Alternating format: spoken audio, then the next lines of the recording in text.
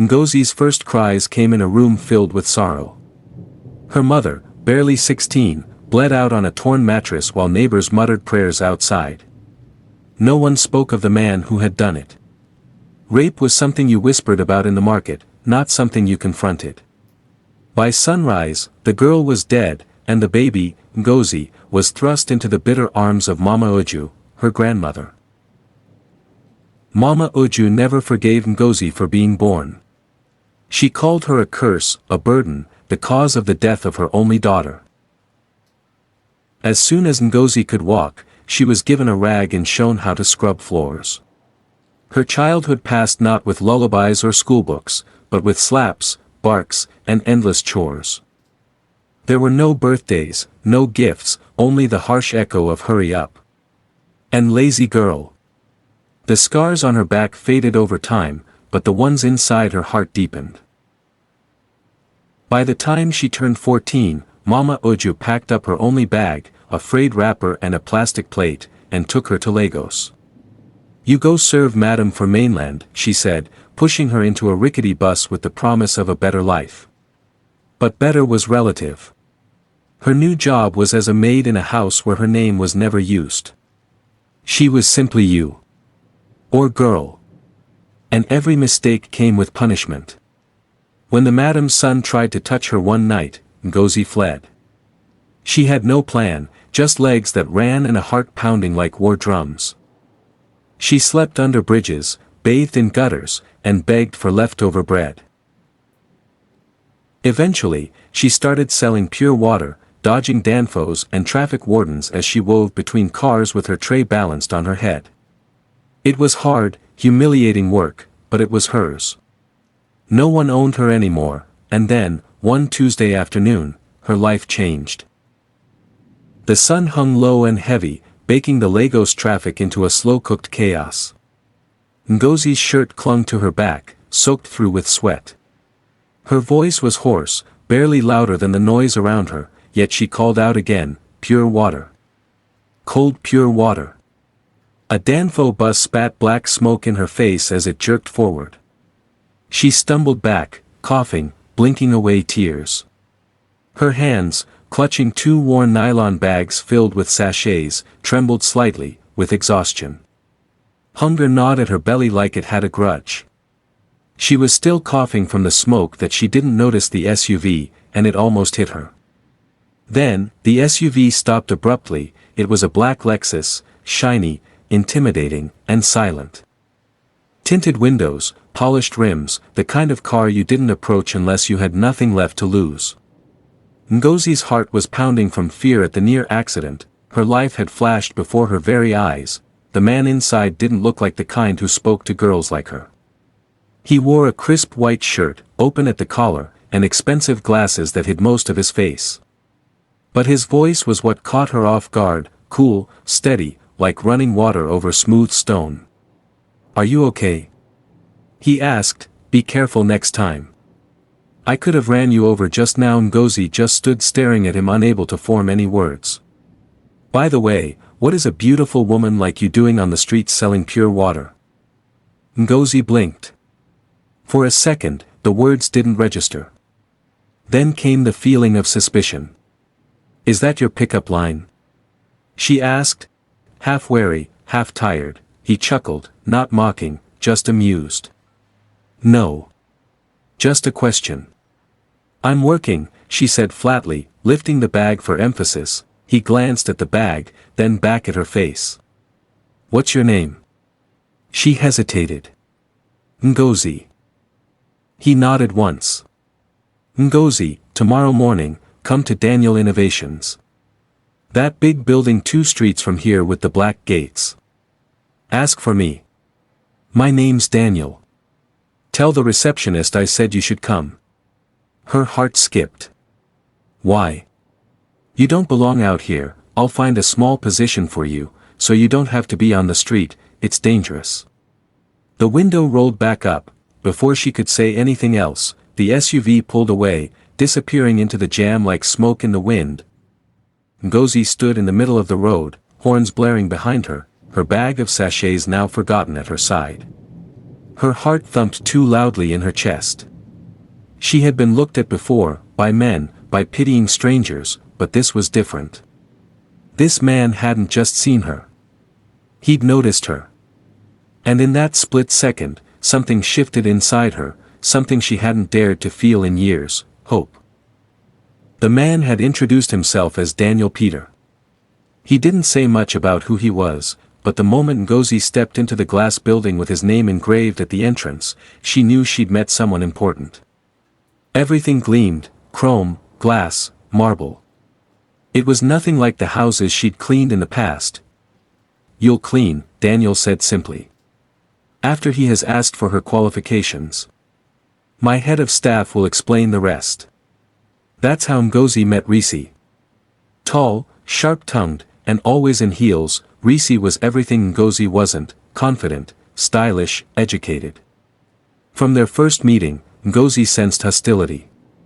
"I hope you're hard-working, this is not a charity house," Risi said, handing her a mop. "You're lucky Mr. Peter is too kind for his own good." Ngozi worked hard. She came in early, stayed late, and cleaned every corner twice. But Risi always found fault. "You missed a spot," she'd say, pointing at imaginary dirt. "Are you slow or just dumb?" Yet, despite the insults, Ngozi endured. She had learned long ago that silence was safer than defense. But Daniel noticed. Every now and then, he'd pause near her station, offer her bottled water, ask if she was okay. Nothing inappropriate, just kind, and Risi noticed too. Risi had been there since the beginning, before the branded mugs, before the marble reception, before the company started hiring interns with bright smiles. She'd earned her spot the hard way. Weekends sacrificed, relationships lost, spine straightened into steel. So, watching Ngozi, the cleaner with the threadbare shoes and soft voice, draw Daniel's attention. That scraped at something raw inside her. She stood in the doorway of the conference room that morning, arms folded like a barrier. Ngozi was on her knees, scrubbing the floor with a bucket of soapy water beside her. "You should be careful," Risi said, her tone flat but sharp-edged. "Men like him don't marry girls like you. They use and dump you. Then you'll be the one crying in a bus stop with your belly full and your eyes red." Ngozi didn't respond. Her fingers tightened around the brush, but she kept scrubbing. Kept her head bowed, even as her thoughts spun. Was that what this was? Pity dressed as attention? Was she being naive again, just like she'd been with Uncle Peter, who used to buy her meat pie and call her special before locking the door behind him? That evening, as she emptied the trash in Daniel's office, the silence between them stretched warm and strange. He looked up from his laptop and studied her for a moment, not the way most men did, like they were calculating. More like he was trying to understand. "Ngozi," he said quietly, "do you read?" She paused.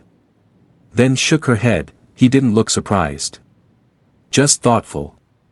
"Do you want to?" Her nod was small but sure. Daniel leaned back in his chair. "There's a community center in Yaba," he said. "Evening classes.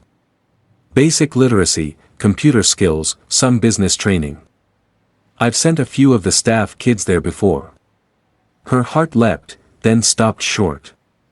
"But I work late. I've already spoken to the admin. We'll adjust your hours. You'll leave by 4. I'll cover the cost." Her mouth opened, then closed again.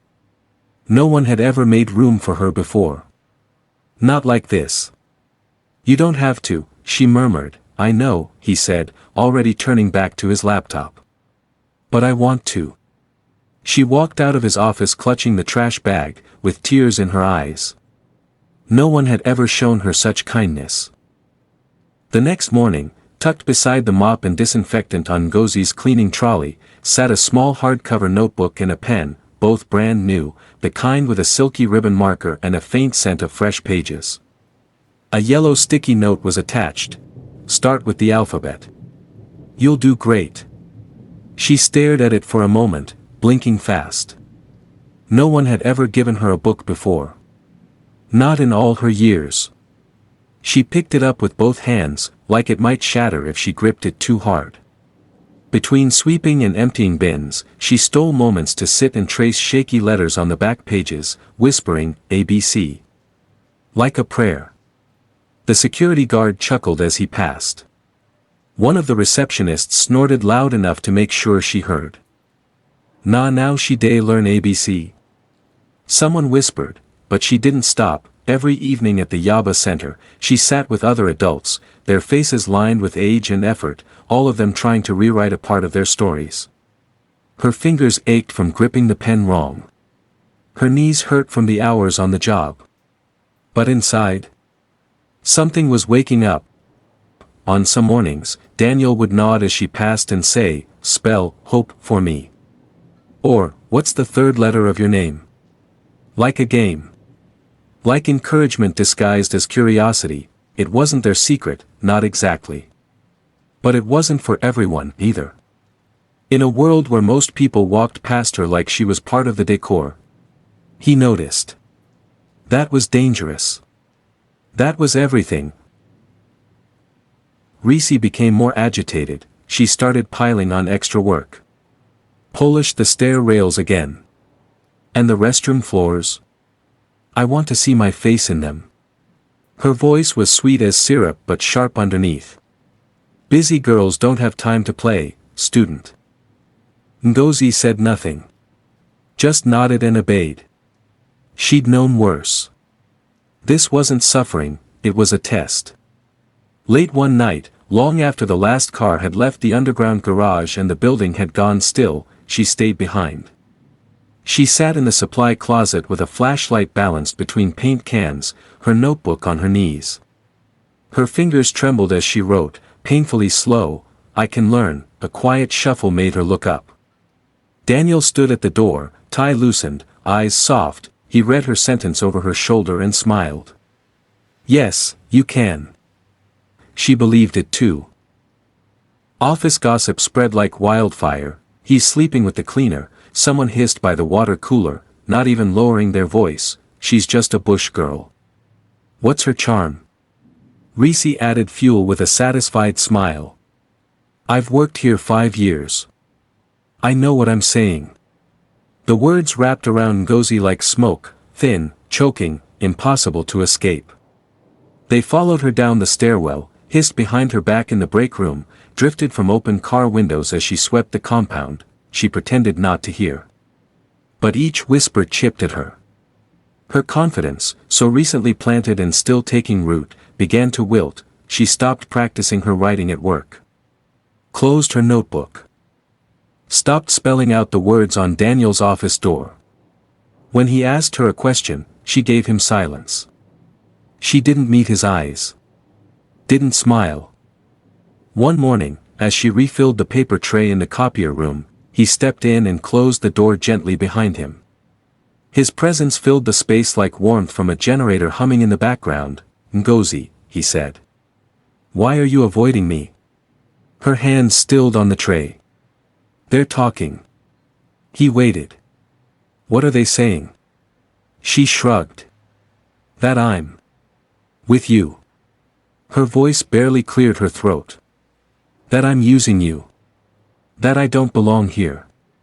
She didn't say the worst part, that some of it, deep down, she feared might be true. Daniel's expression didn't change. He didn't get angry. Just stepped closer and said softly, let them talk. I don't want trouble, she whispered. There was a long pause. Then his voice, low but steady, if you stop shining because of people's opinions, you'll live in their shadows forever. She blinked hard. Didn't answer. That night, alone in the supply closet with her knees pulled to her chest, she picked up the pen again. The notebook trembled in her lap. She turned to a blank page, and with slow, careful strokes, wrote, they don't know me. But I know myself. On a Friday afternoon, Daniel handed Ngozi an envelope. Inside was an invitation to the company's annual tech party. You'll come, he said. As my guest. Her hands trembled. But I have nothing to wear. I'll handle that. That weekend, a tailor met her in a quiet corner of the office. Measurements were taken quickly, without fuss. 1 week later, a soft blue gown arrived, folded neatly in a box alongside a pair of silver heels and a simple necklace that sparkled just enough to catch light. She stood in front of the mirror that night, the dress brushing her ankles, the necklace cool against her skin. Finally, she didn't see a burden, she saw a girl stepping into light. Ngozi's heart pounded as she stepped into the venue. The lights were soft, the room buzzing with laughter and clinking glasses. Everything smelled expensive: perfume, polished shoes, polished lives. She clutched her small bag tightly, aware of the stares. Some curious. Some kind. A few, admiring. Daniel walked beside her, steady as ever. "This is Ngozi," he said when people asked. "My guest." She caught fragments of whispers. Some carried her name like it was dirt. She let them. She wasn't just the girl who mopped the floors, tonight, she belonged. By Monday morning, the silence was heavy. Rita didn't raise her voice or make a scene. She simply handed out the cleaning rota with a tight-lipped smile, and Ngozi's name was scribbled beside the worst tasks: trash bins no one wanted to touch, toilets left in disgrace, errands that stretched across the city. No one questioned it. No one offered help. Ngozi moved through it all quietly. She scrubbed, hauled, wiped, her hands stung from bleach, her legs ached, but she kept her head down. Rita watched her work with cold satisfaction. Each mop stroke felt like a test: how much can she take? How long until she breaks? But Ngozi didn't break. Not yet. It was late. The office had emptied, the hum of air conditioners the only sound left. Ngozi was wiping down the glass doors when Daniel stepped out of his office, coat slung over one shoulder. He paused, watching her work for a beat too long. "You're always the last to leave," he said, his voice quieter than usual. She straightened, unsure if she was in trouble. "Just finishing up." He nodded, then added, almost awkwardly, "There's a new cafe down the road. I was thinking of trying it." She looked at him, confused. "Okay. With you," he clarified. Silence. Her rag dangled from her hand. "Me?" "Yes. If you'd like that." She stared at him for a long second, heartbeat thudding against her ribs. She wasn't dressed for cafes or conversation. But still, she said, "All right." It wasn't the words that shook her, it was the ease of them. Like she deserved to be asked. Like she had the right to say yes. Her phone buzzed late one evening. An unknown number flashed on the screen. "Hello." Ngozi answered cautiously. A frail, trembling voice came through. "Ngozi. It's Mama." Her breath hitched. How had her grandmother gotten her number? She thought back. A few weeks ago, at the market, she'd met Auntie Joy, a distant relative she barely knew. They exchanged numbers after a brief, awkward conversation. At the time, it felt like nothing, just a formality. "I'm sick," her grandmother's voice cracked, thick with weakness. "I want to see you." Pain bubbled up from deep inside her, the sharp words, the cold stares, the nights when she'd curled up alone, wishing for love she never had. The silence that followed every shouted insult. The heavy hand that bruised more than her skin. Ngozi swallowed hard. The past was a shadow she tried to outrun, but now it was reaching for her. After a long pause, her voice barely a whisper, she said, "I'll come." The girl who once fled from pain was now stepping toward it, fragile, uncertain, but quietly resolute. Ngozi had asked for permission at the office to visit her sick grandmother. They granted her 3 days off without hesitation, and as she packed a small bag, a heavy knot of anxiety and hope twisted in her chest. The past was a shadow she'd carried for years, one she wasn't sure she was ready to face again. Her hands trembled as she pushed open the door to the small, dim room where Mama Oju lay. The air was thick with the scent of old medicine and fading strength. The woman who had once been her tormentor looked nothing like the fierce, bitter grandmother Ngozi remembered. Now, she was fragile, skin stretched tight over sunken bones, eyes glassy and swollen from tears, voice barely more than a whisper. "I was wrong," Mama Oju said, her voice trembling as tears traced slow lines down her weathered cheeks. "I blamed you for everything. But you were a victim too, you were supposed to be the only light in my darkness, but I didn't let you. Forgive me." Ngozi's breath caught. The weight of years, of cold neglect, harsh words, and silent suffering, pressed on her heart. She knelt beside her, the memories swirling, bitter and sharp. Yet beneath the pain she felt something unexpected, soft compassion, and pity, fragile and new. "I forgive you," she whispered, her voice steady despite the flood of emotions. She reached out, gently taking her grandmother's frail hand in hers. For a long moment, silence filled the room, broken only by their quiet breaths. In that fragile space, the past's wound seemed to soften, and somewhere deep inside, a small seed of healing took root. Back in Lagos, Ngozi felt lighter, as if a weight had been lifted. She threw herself into her work with renewed energy, her bond with Daniel growing stronger each day. The cold office was no longer a place of fear but of possibility. Risi's attacks grew desperate and bitter, but Ngozi no longer flinched. She had something Risi couldn't touch, hope, and a man who saw her true worth. One rainy evening, as Ngozi locked up the office, Daniel stepped out into the downpour and pulled her under the narrow shelter of the building's awning. The rain fell hard, soaking the street, but between them, the world felt still. His usual guarded expression softened, eyes searching hers with something raw and honest. "Ngozi," he said quietly, voice steady despite the storm around them, "I like you. Not out of pity. Not because of your past. Because you're strong, kind, and real. I see you." Her breath hitched, heart pounding louder than the rain. Tears mixed with raindrops on her cheeks, but they weren't just from the storm. They were from years of feeling invisible, finally shattering. "I like you too, Daniel," she whispered, voice trembling but certain. "More than I ever thought possible." He smiled, a quiet promise in his eyes. "Then let's face whatever comes next, together." That night, as the rain washed away the grime of the city, Ngozi knew this was a fresh start, a life unfolding in ways she had only dared to dream. She wasn't just surviving. She was ready to live. Ngozi stood in the warm glow of their spacious, elegantly furnished living room, the Lagos skyline stretching out in dazzling lights beyond the floor-to-ceiling windows. Beside her, Daniel's hand rested gently in hers, steady and reassuring. They had been married for several months, carving out a life built on hope, resilience, and shared dreams, far removed from the shadows of their pasts. The phone rang, breaking the quiet. Ngozi's breath caught as she answered it. Mama Oju had passed away in her sleep, a complicated mix of grief and relief washed over her. The woman who had shaped so much of her pain was gone, taking with her the last echoes of a difficult chapter. Later, as Ngozi gazed out over the shimmering cityscape, she felt the restless energy of Lagos pulse beneath the night sky, mirroring her own journey. From pain to love, from survival to strength, her story was still unfolding.